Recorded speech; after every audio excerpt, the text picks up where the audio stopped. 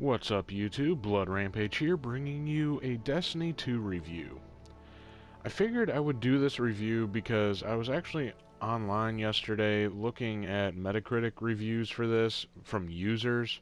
Metacritic themselves gave it like an 82 or something out of 100, which I think's fair, but I think it could have been a bit better. With that said, the user reviews, though, gave it a 5.9. Now that, in my opinion, is just a bit too low for this game. And I started reading them to my friends, and we all started dying laughing because how ridiculous their reasoning is behind the game not being like at least an 8 for them. Essentially, what their issue was with the game is they say microtransactions. Microtransactions affect the game so badly. I'm gonna go to the tower here. Spoilers if you haven't beat the campaign, just saying. But, they say microtransactions affect the game, they give you bonuses and everything like that.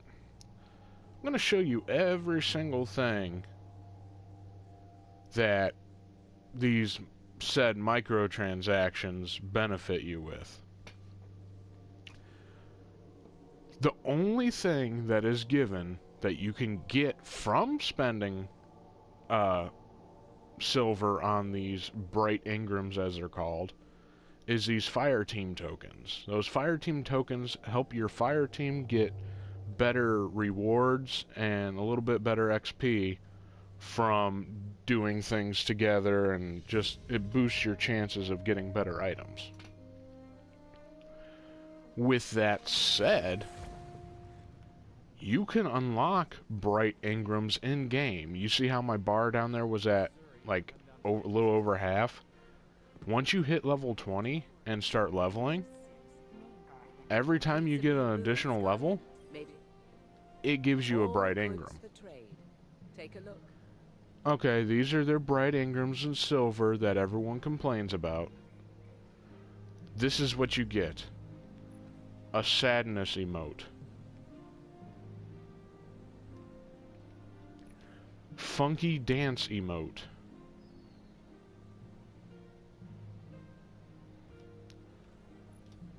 A legendary sparrow. Legendary ship. Another legendary ship. An ornament mod. Another ornament mod. A cloak purely for looks. Ghost shells that are essentially only for looks. Shaders to put on your weapons and armor. And this is the fire team medallion. Increases XP gains and loot for you and members of your fire team or match from strikes, public events, and the Crucible. That's it. And you see how I have 394 bright dust? I keep getting bright engrams and dismantling the items I don't want. And I can purchase them with this. So if you're going to tell me that microtransactions in this game ruin it, you obviously have not played long enough to realize, like, dang, these microtransactions don't affect it at all. It just gives me cool little things that I can use. Like, heck, the ship I have, the ship and the sparrow I have left, I got these from those bright engrams that you can pull by just leveling up. Same as my taunt dance, which is obviously the best dance too, but got that from the bright engrams. Anything in those bright engrams you can get by just leveling up after max level, which is level 20. Another big thing. People complain about lack of content. I would say it's a fair argument, as long as you do realize that the first Destiny came out with a lack of content as well. Pretty much what you have when you start is you have Earth, and you got your story missions, and then every time you, like, or once you, like, finish, or even before you finish, there are these little logos on here. They are relic chests and lost sectors. You can go through the map clearing those, getting decent gear and everything. So they essentially legitimately give you a loot cave. Public events show up on the map, that way you could always go to them and you not have to worry about trying to find random spawns. And they have little activities that give you gear, upgrade points, gives you a bunch of random stuff that is used in the game.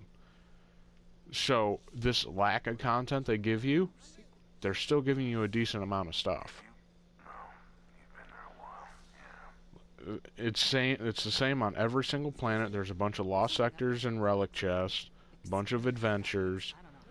I've already done them, but there's even quests after the story that give you exotic weapons. So, yeah, there's a lack of content, but what they have in here already is pretty good. Now, with that said, the raid is supposed to be out today as well. So, I'm curious how that's gonna go. Another thing that I think it should be rated higher for as well, I mean, they do have the strikes like normal, which I hope they raise it or add a new strike playlist, because 140 light recommended power, a little too easy. But for the Nightfalls, they have this new thing called the Guided Game Beta. What this beta does, this actually, in a way, can replace Destiny LFG for some people. If you're a noob to the game, if you're just new to it and not really knowing how to do anything, or don't have enough friends to do anything and normally look for people, you can enter this, and 2 people from like another clan will assist you through the Nightfall and essentially like help you along the way for that. So instead of having to look on LFG and everyone pass you by because you're like you're the 240 power there, and they don't want to carry someone like that, you could enter that and people from other clans will help you. Or you could enter that as the 2 people from the clans and help someone else, which I think that is a really great thing that they added, because that adds some sort of matchmaking to the Nightfall, but also allows you to either assist or be assisted and not have to worry about trying to find a group. Supposedly they're going to do that for the raid as well. I could see issues with that. The only things I see that will be the issues is communication and how many people are really going to be trying to help like one random during it. But I guess that's something we'll have to see. Also, there are no factions right now. Without factions, people kind of get a little upset about that, but there's people like Devrim K here. Then, let's see. Titan has Sloan, I guess is how it's pronounced. Nessus has Failsafe, and IO has Asher Murr. Along with that, the farm, aka the Traveler, all that stuff, has Amanda, Cade, your Postmaster, the Eververse, Titan Vanguard with Zavala, your Vaults, Lord Shax, Banshee 44, Ikora Ray, and Hawthorne here. most of them give you rewards at like a decent light level for just collecting tokens. The tokens are used to only get gear from those people. So they essentially give you gear. One issue I have with the game is there is kind of a slacking amount of weapons and armor in it. I mean, don't get me wrong, there's plenty needed for the beginning of the game, and I know plenty more is going to be added, but it's going to be kind of a nuisance in a way for some people, like it was in their reviews, about how there's just lack of guns and lack of everything in the game. A lot of people calling it Destiny 1.5. Let's not forget, Destiny has a 10-year plan. Not the games aren't going to look drastically different when they come out. But you figure what? We went through year 3 on the first Destiny, and now we got this one. So, and if it showed my friend's message for this, raid boss is 260 light and the last one's 280. So that ought to be interesting, especially since I'm 282. Most people in the game already are like 260 at least. Around the time you finish campaign and everything like that, it's not that bad to be. You're normally around 265. When you reach 265 though, your blues only drop at 260, your legendaries only drop at 265, and your exotics, I think, they either drop higher or they just drop at 270. With that said, once you start getting higher, the higher you go, the higher your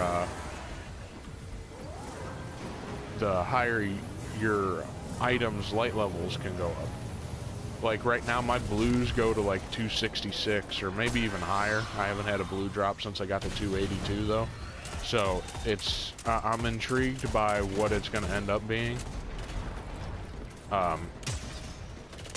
This is one of the public events that they have, like they kind of had before, except this time you get scorch cannons that you can use against it, and there's little things you can do in the game that it lets you create it into a heroic event, which in this case, like I just did now, it adds another walker and you have to destroy both of them within the time limit. Essentially what it does, it gives you better rewards. Not a lot of people try to do it by themselves, but I mean, for the most part, it's relatively possible to do so by yourself. I wouldn't recommend attempting some of them because they are pretty annoying. There's one that's this huge servitor that you gotta take down, and it's just obnoxious how many ads are spawned during the time. So you gotta deal with like 9 million ads along with other mini servitors that you gotta take care of, because if you don't take care of those, they give him like health bonuses. So it's slightly obnoxious. But see, you get these loot chests at the end, and then it gives you some gear and it gives you a token. See, okay, so my blues drop at 273 right now. If I probably get to like 285, they'll drop at 275 like this. And with your armor, there's armor mods you can put on. They add +5. So technically these gauntlets were only 270 when I had them. Like, I can infuse these in, and it'll put me at 278. If you keep those things on there, you can keep infusing things into it, and even make them higher. all exotics come with it on. If they're not exotic, you will have to purchase them, which I will actually show you what you can, or how you can do that now. The strikes that they have in here, they are super fun as well. I figured I would throw that out there. They do have the strike from the beta, which is still fun. It seems like they edited a tad bit. I will give my cons about this. You don't get to use a sparrow until either you beat the whole story or you get one from a Bright Ingram. That's the only way it affects, like, gameplay. Once you hit level 20, everything's, like, unlocked for you. The way they kind of set it up is, like, even if you pre-ordered, like, the Cold Heart and Kill Tracker Ghost, you did not get that until you reached either level 20 or finished, like, the story. So, you had to wait to use that stuff, which, I mean, it's not a big deal. But it's just the fact, like, I don't think anyone really likes waiting for content that they were supposed to get for pre-orders. But people are just, I think people are way too harsh with their numbers when it comes to a game. When it first comes out, this is only the first week. Like, today marks a week since the game's been out, and people are tearing it to shreds because there's lack of content. Destiny themselves, Bungie and all that, they sent out a monthly planner for this month saying exactly everything that is coming. Like, we got the raid today, then this Friday, I believe, yeah, this Friday, we get Xur, then we get Trials, the new Trials that they have. It's Trials of the Nine, not Trials of Osiris this time. But, okay, this is what I was talking about before. You can buy these mods. If you keep buying blue mods with your Glimmer, which your Glimmer cap is like 100,000, it is shared between all three of your characters, which I kind of like that. But once you hit max, everyone recommends you buy blue mods here from him, because if you have enough, you could exchange them for these weapon mods and armor mods, and they help you get to highlight levels like what I am. So it's definitely beneficial if you do such thing.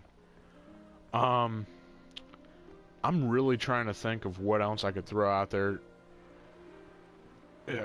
To give my honest opinion, this game on a rating scale of 1 to 10, I give it at least an 8.5. With that said, it's mainly because I think it's a super fun game. Yeah, there is a lack of content, but nowhere near what people are trying to say it is. People want to try to be so hard on the game, even though they could never make a better one. Along with the fact that, what did you really expect out of a game that just came out? They can't give all the content on the first day. They're working on DLCs. A DLC is supposed to come out here like next couple months. The way they're doing their DLCs and stuff this year is they at least got them spread out. They're probably going to do little events like bring back the Sparrow Racing. They're going to try to give filler, kind of like the GTA stuff. Once you do all the GTA stuff, you know, they like every couple weeks they give you another little update. They adds like a new game mode and everything like that. So, okay, now that, oh, I was too slow and I died. Okay. Yeah, just ignore this. This is the Floor's Lava challenge that they have. They have it at the farm and the tower. Essentially, you don't want to touch the ground. And you got to go a little quicker than I did, apparently. Because if you go too slow, it will kill you like it killed me. But your goal is to pick that up and reach the light like I just missed. Once you reach that light, though, it actually gives you something pretty cool. Well, not really. Well, they do have the purple ball back in here.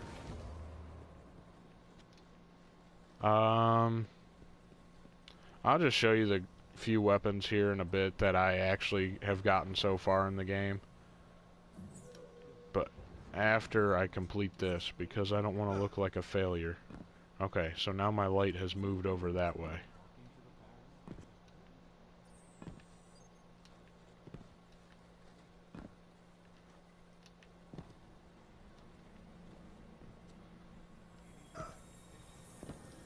Okay, I completed the lava challenge. Now this... Okay, it killed me even though I completed it. So now I probably won't be able to have my... Nope, I don't have my super jump. Oh well. It gives you like a super jump ability, allows you to jump really high, and makes you go quick. That's all it was. They have the collections just like they did at the end, kind of, for Destiny 2, or at least around year 2. If you dismantle anything, you still keep it as long as you got it. So I got the Cold Heart for my pre-order. The Sturm is a exotic quest that you can do. It gives you this weapon that you need to get like kills without reloading, and then kills of high level fallen on a certain planet. It was Nessus. There's a few other little things like a quest you had to do. The Sunshot, this was featured in the beta. I ended up being able to get it. There's a quest that you can do that does give you a Sunshot. Or the Graviton Lance, which I did pull the Graviton Lance. The Risk Runner was another one that was featured in the beta, which you can get from that. I got it from pulling it. The Hard Light I just recently got, which the cool thing about the Hard Light is you could actually change the burn that it has on it, so it's actually pretty effective. And my favorite that I'm using right now is the Mida Multi-Tool, favorite brought back from year 1, Destiny 1. I love that gun to death. The exotic armor that I got, Knucklehead Radar, the Foe Tracer, Lucky Pants, and the Stompies. There's plenty more in here. There's a trophy for getting 15, or an achievement for getting 15 if you're on Xbox. But if you're someone who has not gotten the game yet for some reason and you're watching my video, I kind of doubt it, but don't listen to people's reviews online that are saying that the game's trash and saying that you should not bother getting it. If you played the first Destiny, you'll love playing this Destiny. It's just as fun, especially if you have plenty of friends to play with. There's so much to do in it right now, and I mean, yeah, there's gonna be grinding. It's not gonna end up being one of those games where, here, have everything so you could just do everything right off the bat. No, you still have to grind. So if people are telling you it's trash, don't get it. Don't listen to them. Don't read Metacritic's user reviews that are negative. They don't know what they're talking about. These must be people that like barely even played the first one, or the computer people that are just trying to hate on the game because they didn't get it, or at least didn't get it yet. Don't let people's opinions of a game stop you from playing a game. If you let that happen, then what's the point of even trying to find games that you like? On that note, I hope you guys enjoyed this video. If there's any other games that you've seen bad reviews on that I possibly have, I will love to do a video of it and give you my honest opinion. I just felt the need to actually do one for Destiny 2 because it's just ridiculous what people say. So, it was great doing this video. Hope you guys have a great day, and I'll see you next time.